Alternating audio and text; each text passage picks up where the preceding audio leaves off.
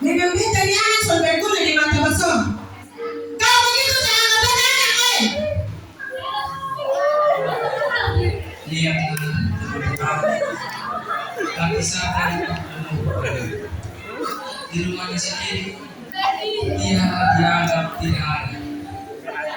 Dia dianggap gagal. Padahal sebagai orang Kristen kita diajarkan bahwa setiap anak adalah rahmat. Ketika kita membandingkan anak satu dengan yang lain atau memandang rendah anggota keluarga kita sedang melukai hati Tuhan yang menciptakan mereka. Saat yang kini berlari keluar membawa luka yang dalam di hati. Setelah dikeluarkan keluarga, Sarten berharap di tempat lain ia akan mendapat tempat. Sarten pergi ke kampus, tempat yang seharusnya menjadi karakter, tempat belajar untuk menjadi manusia yang beradab dan berpengetahuan. Namun kenyataannya, kampus justru menjadi medan pertempuran batin bagi Sarten. Di sini kita melihat gambaran nyata dari apa yang dikatakan dalam kisah para rasul ayat-ayat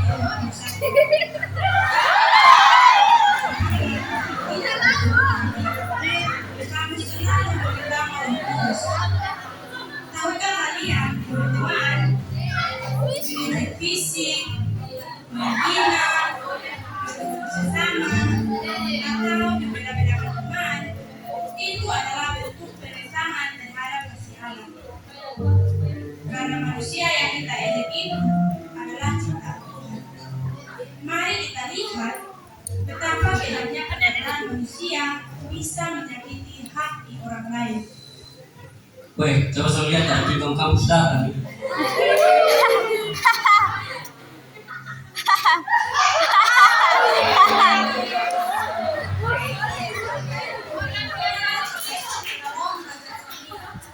Iyo ya, awas dan deka-deka kita meledek.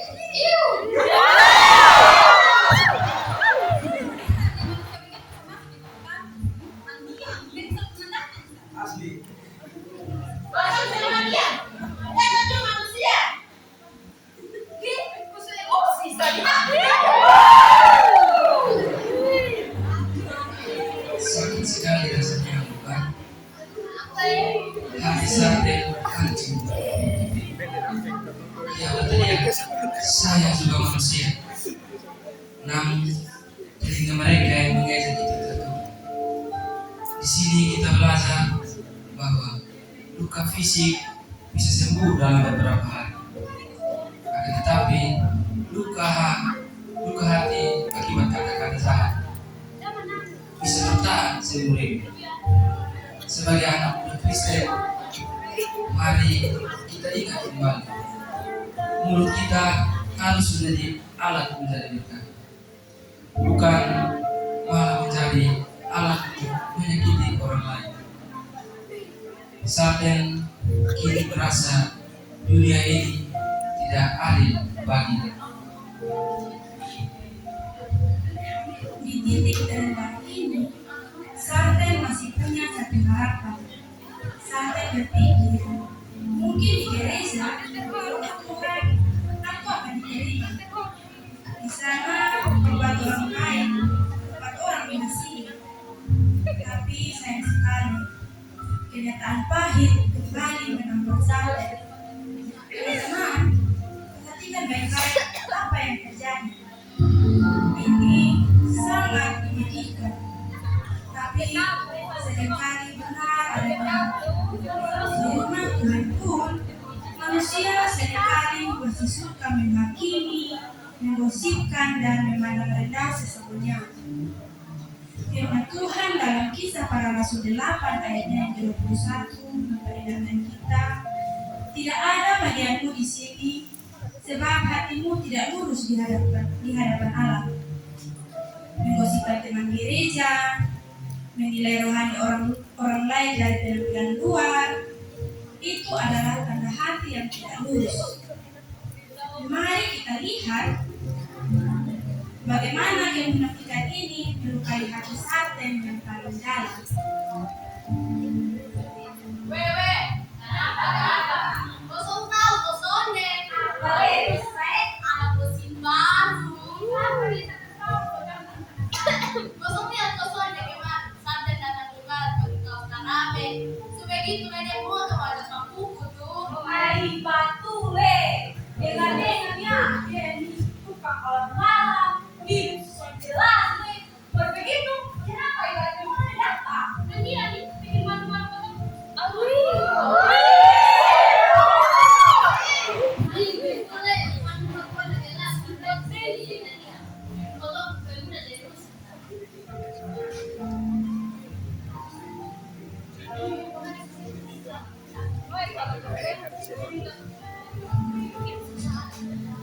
Tuhan,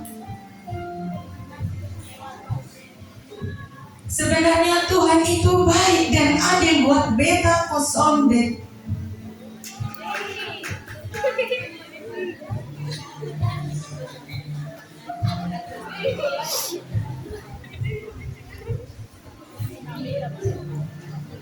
Di mana Tuhan kebaikan dan keadilan itu?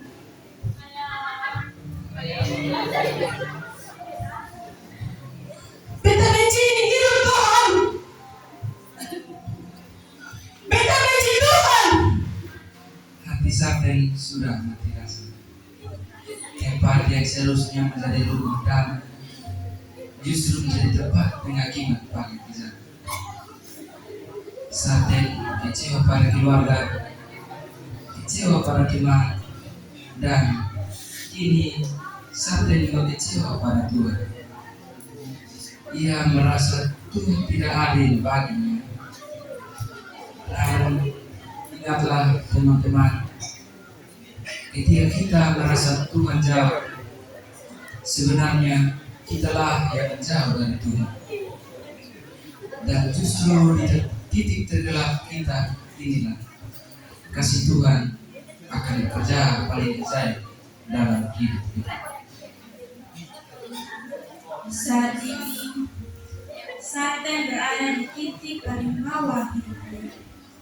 Sarten merasa sendirian, dikucilkan dan tidak berharga.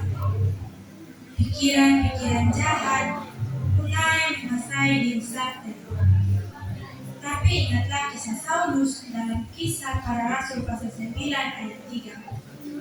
Saulus yang jahat, yang membenci orang percaya, justru di jalan menuju Damsyik bertemu dengan Tuhan dan berubah menjadi rasul besar.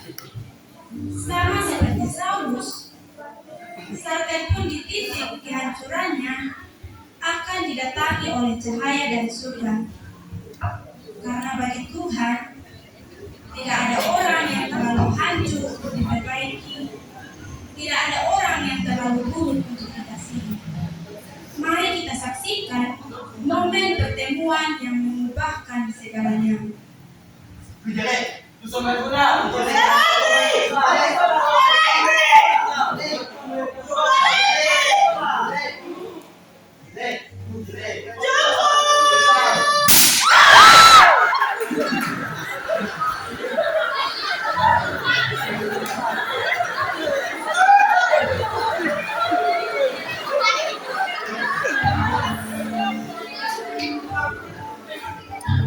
Siapa?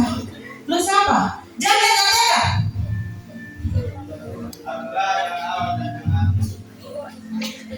Akulah penciptamu yang membentukmu sejak dalam kandungan ibumu. Hah? Pencipta? Kalau lu yang ciptakan beta sampai beta seperti ini. Kalau lu yang ciptakan beta sampai mungkin semua orang hina beta.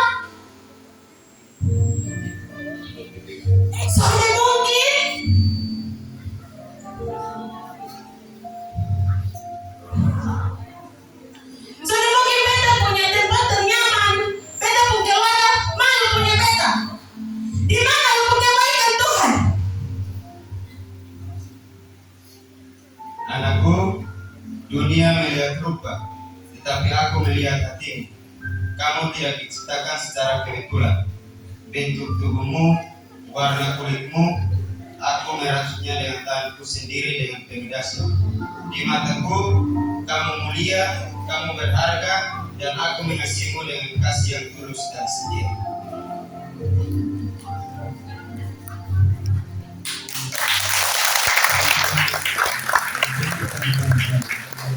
Apa yang Tuhan katakan.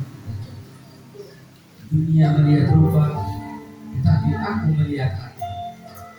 Inilah perbedaan besar antara pandangan manusia dan pandangan Tuhan. Manusia menilai dari luar, sedangkan Tuhan menilai dari dalam. Sarden akhirnya sadar. Selama ini ia membenci ciptaan Tuhan. Ia membenci dirinya sendiri. Padahal Tuhan menciptakan dia indah dan berharga. Di dalam Kisah Para Rasul pasal 2 ayat 21. Barang siapa berseru kepada nama Tuhan, ia akan diselamatkan. Dan saat ini Sarden berseru dalam hati, lihatlah perubahan.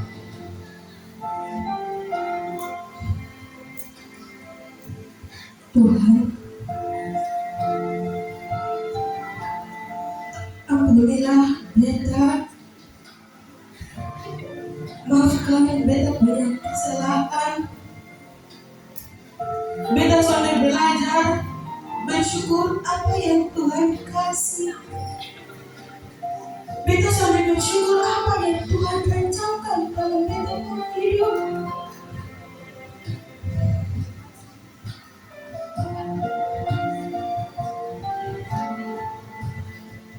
Maafkan setiap pikiran negatif yang telah beta lakukan mengutuki ciptaanmu Tuhan.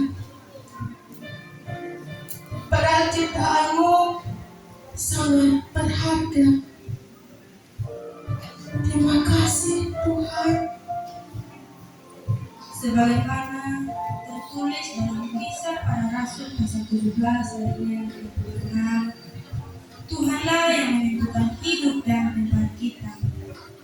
Sarden kini sadar, hidupnya bukanlah kebetulan, melainkan rencana indah Allah. Sarden bangkit, bukan lagi sebagai orang yang penuh dendam, tapi sebagai orang yang penuh kasih. Setelah bertemu Tuhan, langkah pemulihan selanjutnya adalah bimbingan dan persekutuan. Dalam Kisah Para Rasul pasal 9 ayatnya yang ke-17, kita baca bahwa setelah Saulus bertobat, Tuhan mengutus Ananias untuk menumpangkan tangan dan menguatkan dia. Sama halnya dengan Sarden. Transformasi iman tidak berjalan sendiri. Kita butuh bimbingan, kita butuh sesama orang percaya. Sarden datang kepada pendeta bukan untuk mengeluh, tapi untuk mencari arah pelayanan baru. Mari kita lihat bagaimana iman Sarden diperkuat. Sarden, saya mendengar beberapa hal tentang kamu akhir-akhir ini. Apa yang terjadi? Ya, Ibu Pendeta. Akhir-akhir ini beta merasa sangat kesepian.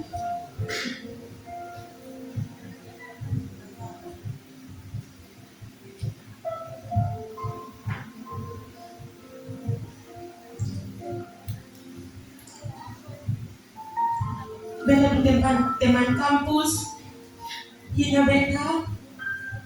Beta teman pemuda hina beta. Beta keluarga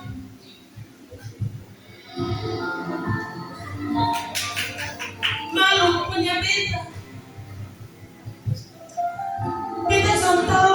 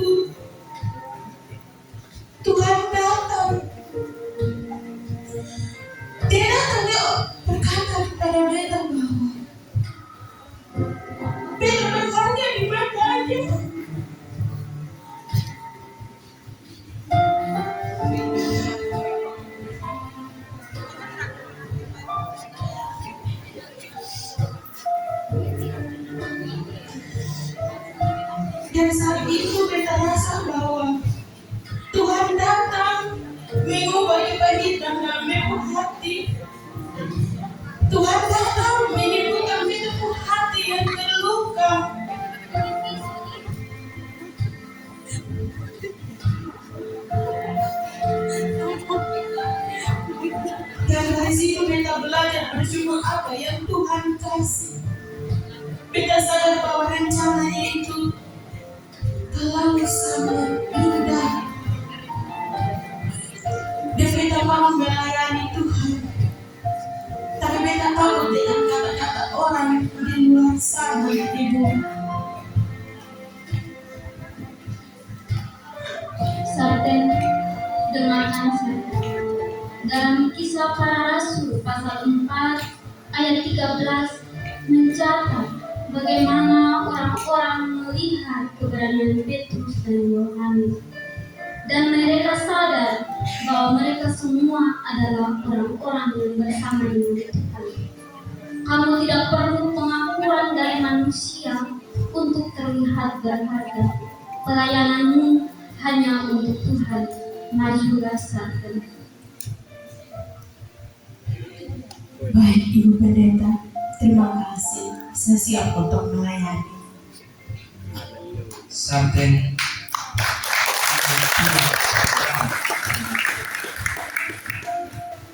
ia pulang kembali ke rumahnya.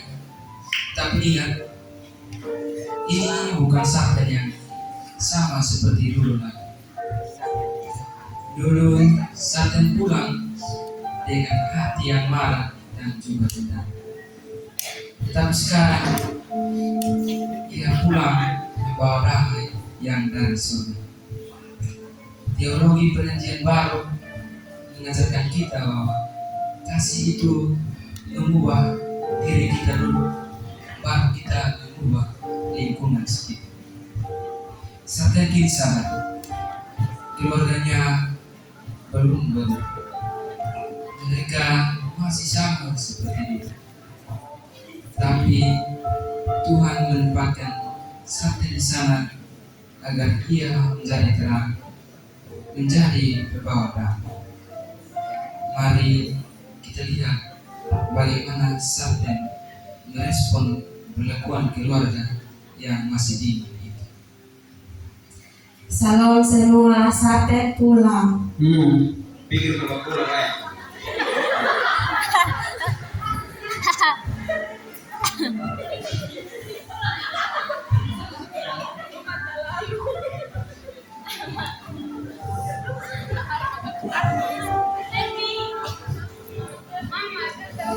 Saudara Allah Tuhan, mereka belum mengerti kasih-Mu.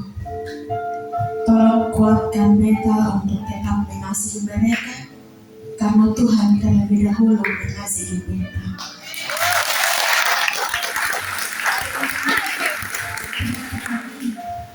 Ini sangat penting.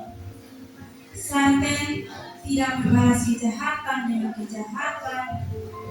Sarten tidak marah saat dimarahi, dan Sarten tidak benci saat dibenci. Itulah ciri orang Kristen sejati. Di dalam kamarnya, Sarten tidak lagi merapat nasib. Ruangan kecil ini kini menjadi tempat pertemuan yang indah. Sarten mengerti bahwa gedung yang benar adalah Tuhan ada di mana saja, dan kasih-Nya cukup bagi kita. Sarten berdoa bukan untuk meminta balas dendam, tapi meminta berkat bagi keluarganya yang jahat padanya. Inilah iman yang sejati.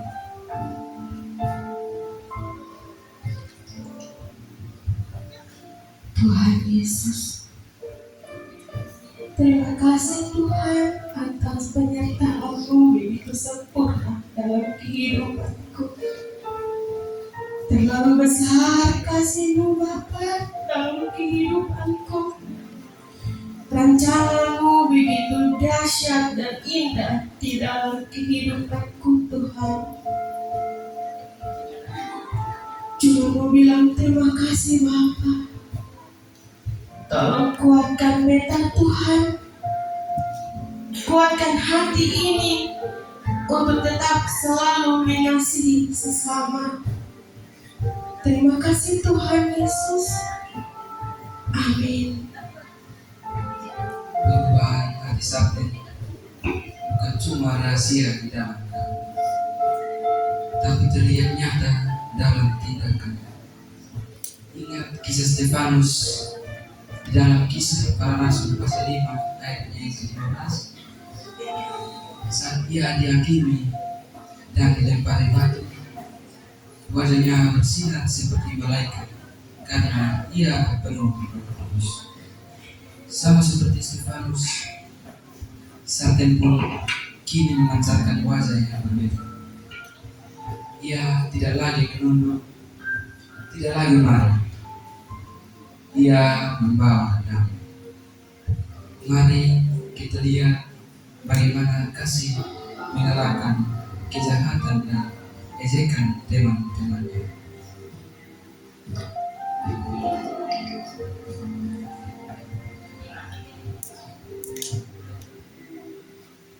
Betul, dari mana? Ayo buka beda. Tuhan memberkatimu, Oyan. Dia belum berkelas. Din hari itu sedang marah-marah buat orang menangis.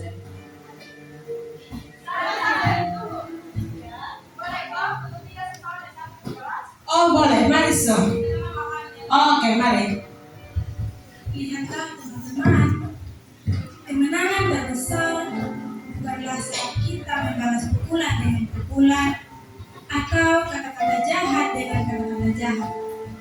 Kemenangan terbesar adalah saat kita bisa tersenyum, memberkati, dan tetap baik hati meskipun disakiti. Itulah kekuatan iman Kristen. Sarten telah memenangkan hati mereka dengan kasih, bukan dengan kekerasan.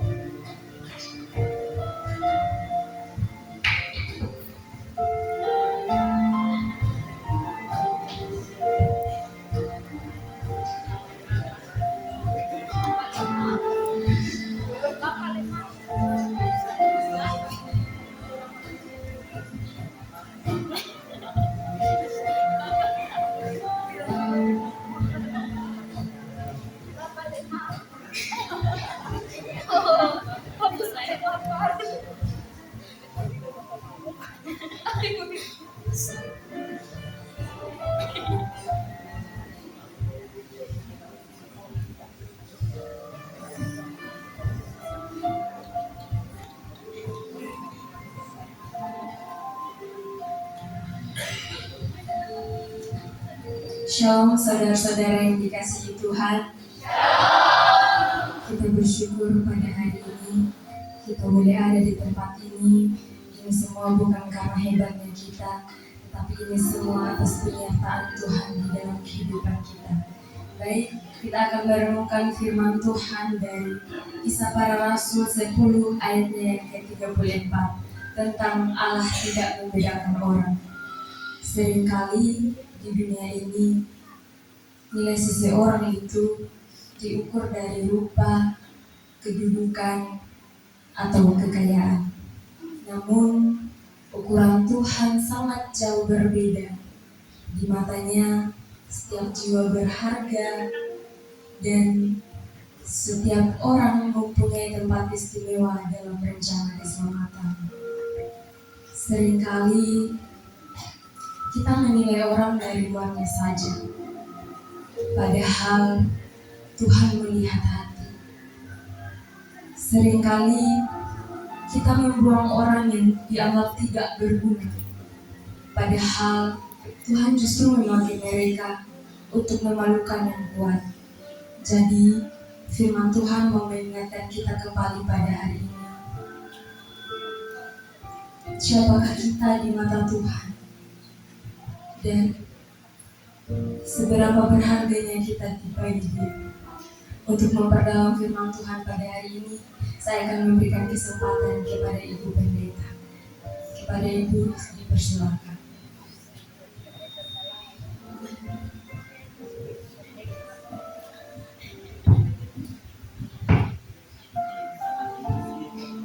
Salam saudara-saudari yang dikasihi Tuhan.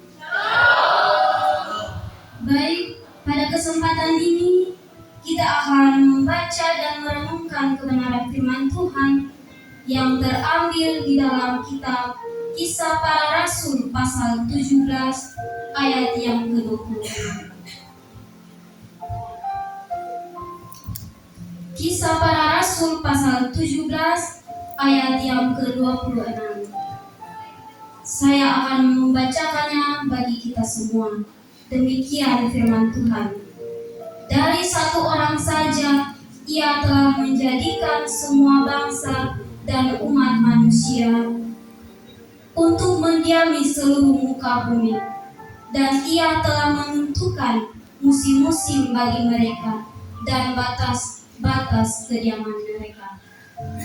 Saudara-saudari, firman Tuhan ini mengingatkan kepada kita bahwa kita semua manusia yang ada di muka bumi ini berasal dari satu sumber, yaitu Tuhan Yesus Kristus.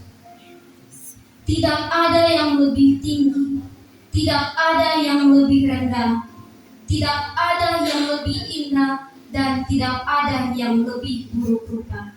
Semua ciptaannya sangat baik adanya. Saudara-saudari, masalah muncul ketika kita manusia mulai menciptakan ukuran menurut diri kita sendiri. Menilai orang berdasarkan kulit, tinggi badan, latar belakang keluarga, atau kekayaan. Kita lupa bahwa kita setiap orang dibentuk dari tangan Tuhan. Kita lupa bahwa kehidupan kita manusia ini mengalir darah Kristus yang ditebus bagi kehidupan kita. Hari ini ada satu saudari kita yang dulu merasa paling rendah, yang dulu merasa tidak berharga, yang dulunya dibuang oleh keadaan. Namun Tuhan menyentuh hatinya, Tuhan mengubah segalanya. Saudari-saudara, izinkan saya memanggil saudari kita, Sarten saya, ke depan.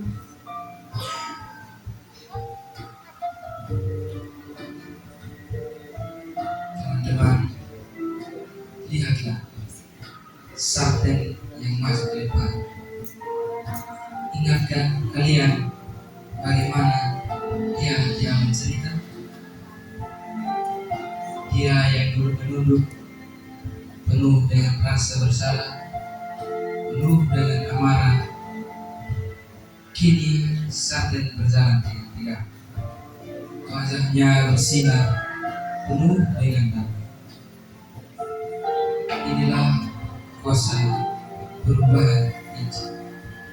Mari kita dengarkan kesaksian yang akan menyentuh hati kita. Saudari Sarten, ceritakanlah kepada saudara-saudari di sini apa yang Tuhan perbuat dalam hidupmu.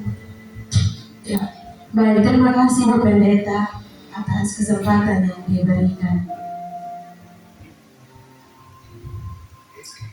Salam semua. Ya, puji Tuhan kita masih ada sampai saat detik ini, bukan karena kehebatan kita, tapi semuanya karena kasih karunia Tuhan.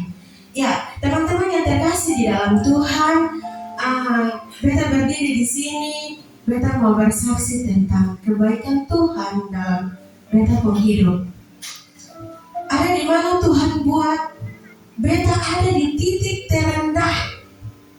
Teman kampus hina beta, teman pemuda di gereja hina beta, bahkan beta pun keluarga sendiri malu punya beta.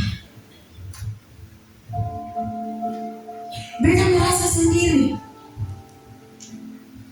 Susah ada tempat untuk berharap. Susah ada tempat untuk bersandar. Tapi pada saat beta ada di titik terendah itu, Tuhan datang. Tuhan datang. Dia kasih tahu beta kalau beta berharga di matanya. Dari situ beta sadar teman-teman, ternyata rencana Tuhan terlalu sangat indah. Rencananya dalam kehidupan kita itu terlalu sangat indah. Kita tidak bisa mengukur dengan pikiran kita, karena terlalu sangat besar dia kasih. Sampai kotor sendiri justru dia bisa balas itu kasih. Dan dari situ beta sadar, beta belajar untuk bersyukur apa yang sudah Tuhan kasih. Beta belajar untuk saling mengampuni, saling memaafkan, dan saling mengasihi satu dengan yang lain. Meskipun itu terluka, tapi beta percaya bahwa itu luka sudah kelihatan, tapi Tuhan lihat itu luka. Tuhan lihat itu luka dan nanti dia kasih sembuh itu luka. Dan akhirnya beta ada di tempat ini bersaksi bahwa Tuhan itu baik. Ya, itu mungkin kesaksian dari saya waktu kesempatan saya kembali. Kata firman Tuhan dalam Kisah para Rasul pasal 2 ayat yang ke-37, ketika mereka mendengar hal itu, hati mereka sangat terharu. Teman-teman, lihatlah apa yang terjadi sekarang. Kesaksian Sarten bagaikan pisau yang tajam yang menembus hati semua orang yang datang kepada dia. Kata-kata kebencian, ejekan, dan penghakiman yang dulu mereka ucapkan kini berputar kembali di dalam hati mereka sebagai rasa bersalah yang besar. Mereka sadar, kita salah, kita menilai Tuhan tidak salah, kita menyakiti hati Tuhan lewat perlakuan kita kepada Sarten. Lihatlah, mereka mulai bergerak maju satu persatu dengan hati yang hancur dan penuh penyesalan.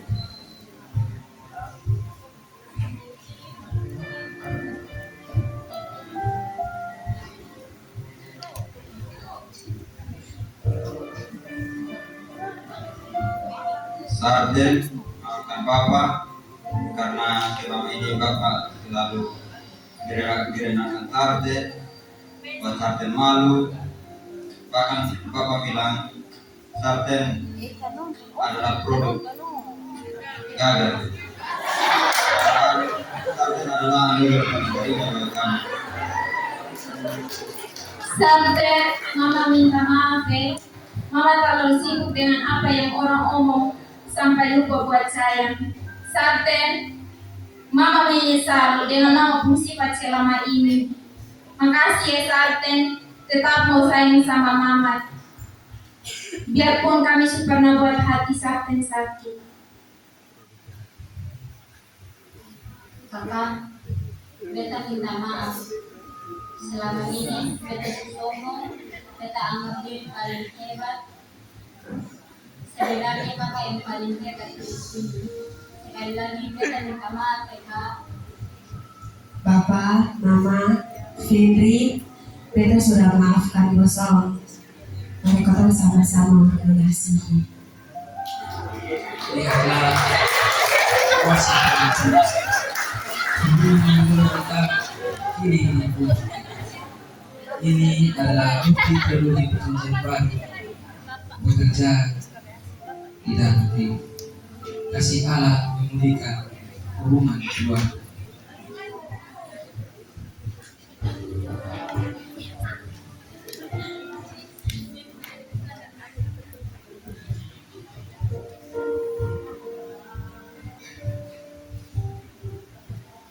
Sarten, kadang-kadang mau minta maaf. Kalau mengejek lu, itu selalu bikin aku hati sakit. Hanya karena lu pengertian saya. Jadi kita minta maaf ya Sarten. Ketemu malu dengan ketemu diri sendiri. Karena ketong selalu anggap lu paling buruk, padahal ketong yang paling buruk. Oleh karena itu, ini hari ketong datang, ketong mau berteman dengan lu dengan tulus hati.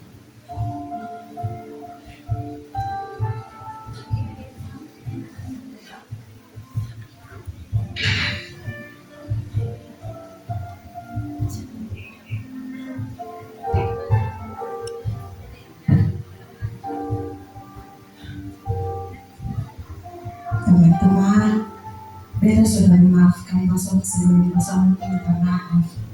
Mari kita sama-sama untuk belajar dengan hargai, dengan sedih satu dengan yang lain, karena di mata Tuhan semua sama.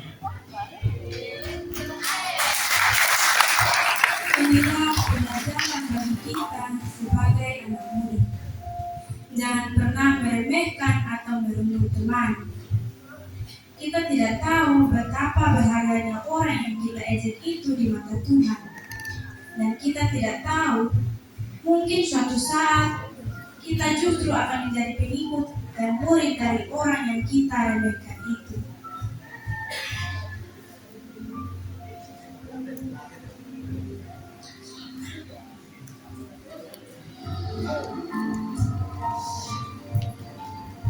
Sarapin, kau sama,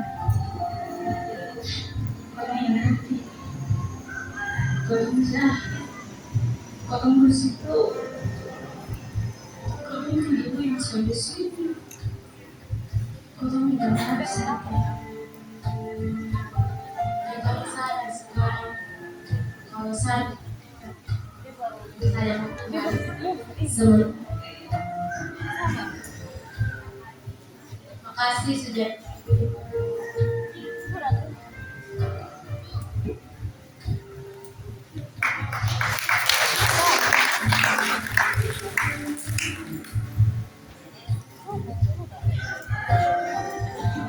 Dan akhirnya gereja yang dulu penuh penghakiman kini menjadi tempat pertobatan dan kasih. Teologi bukan sekedar teori, tetapi cara kita memperlakukan sesama di dalam rumah Tuhan. Begitulah kuasa kasih dan pengampunan yang diajarkan dalam teologi perjanjian baru. Seperti jemaat mula-mula dalam Kisah Para Rasul pasal 4 ayatnya yang ke-32, dan hati mereka dan jiwa mereka adalah satu. Penghakiman runtuh, perbedaan hilang, dan kasih Kristus menyatukan segalanya. Teman-teman yang terkasih di dalam Tuhan Yesus, beta pernah bertanya, di manakah kebaikan Tuhan itu? Beta pernah bertanya bahwa Tuhan itu adil kosong deh. Tapi hari ini beta merasakan langsung tentang kebaikan Tuhan. Beta lihat langsung bahwa Tuhan itu ada. Tuhan sudah pernah kasih tinggal kotong sendiri. Biar kotong ada di titik terendah pun, dia ada di situ. Dia tidak pernah meninggalkan kita sendiri. Karena kita anak-anaknya. Kita berharga di mata Dia. Mari teman-teman, kita sama-sama belajar untuk saling mengasihi, saling mengampuni, dan kita sama-sama belajar untuk menyembah Dia.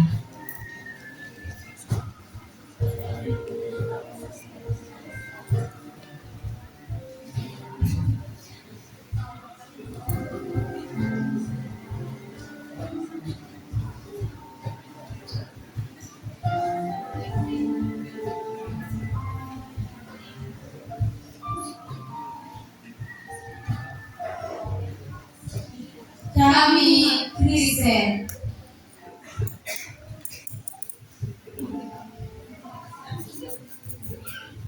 Kami Kristen. Ibadah adalah kesukaan kami. Penyembahan berdetak jantung kami. Hembusan nafas tertanam dalam setiap doa kami. Yang semakin dan semakin menguatkan kami. Ya, kami. Ini kami Kristen. Ibadah. Ibadah. Ibadah itu cuma sampai kami tutupi musuhnya kami dengan tujuan rohani. Khotbah itu ibadah tadi Tuhan yang menyakiti telinga kami. Memainkan HP jauh lebih baik. Penyembahan kami tidak mengerti apa gunanya. Hanya membuat dalam bibir mengucapkan haleluya. Doa. Kami hidup dengan makan. Bukanlah. Kami menutup mata tapi tak berkata. Kami menutup mata tapi tidak mengikuti aja. Kami menutup mata tapi tidak mengingat kasihnya. Kami menutup mata melipat tangan hanya karena terbiasa. Ya, kami Kristen.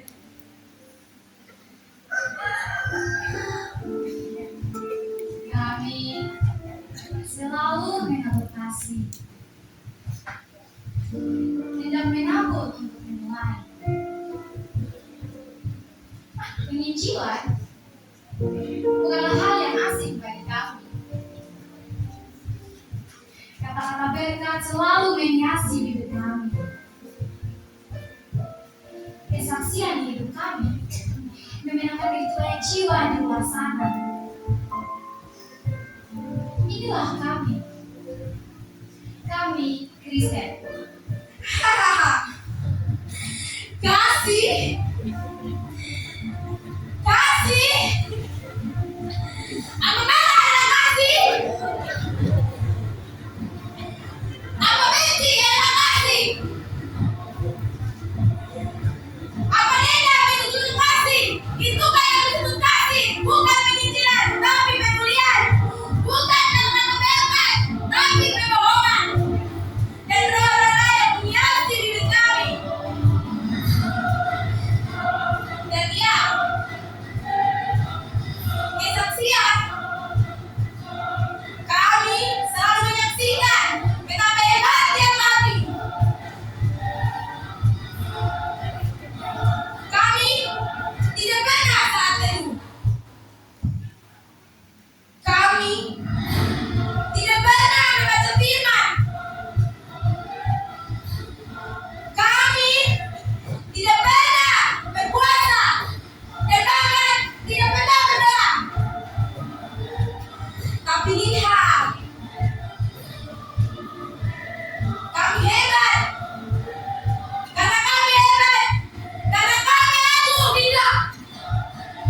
Hanyalah saja yang terhebat. Hanya Sang Kuasa saja yang teragung. Apa yang perlu kita banggakan dari hidup kita?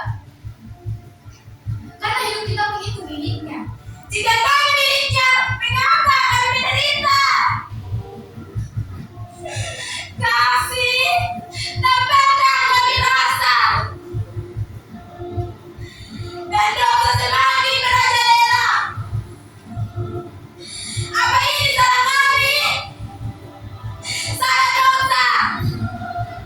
Atau salah Dia yang menciptakan segalanya? Tidak. Dia kudus.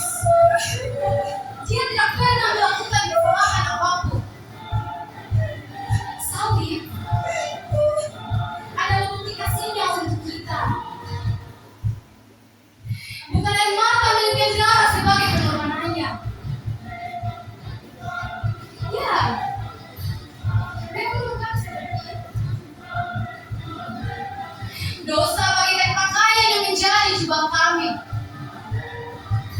Kebencian bagaikan jubah yang menyelimuti kami.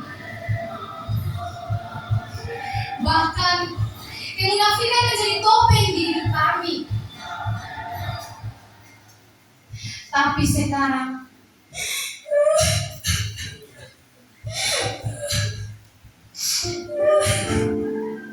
jubah dosa kebencian itu, bahkan kemunafikan kami tanggapkan.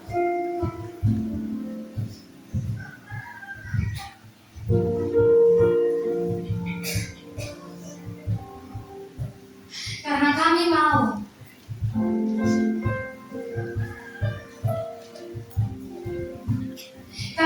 bersama-sama.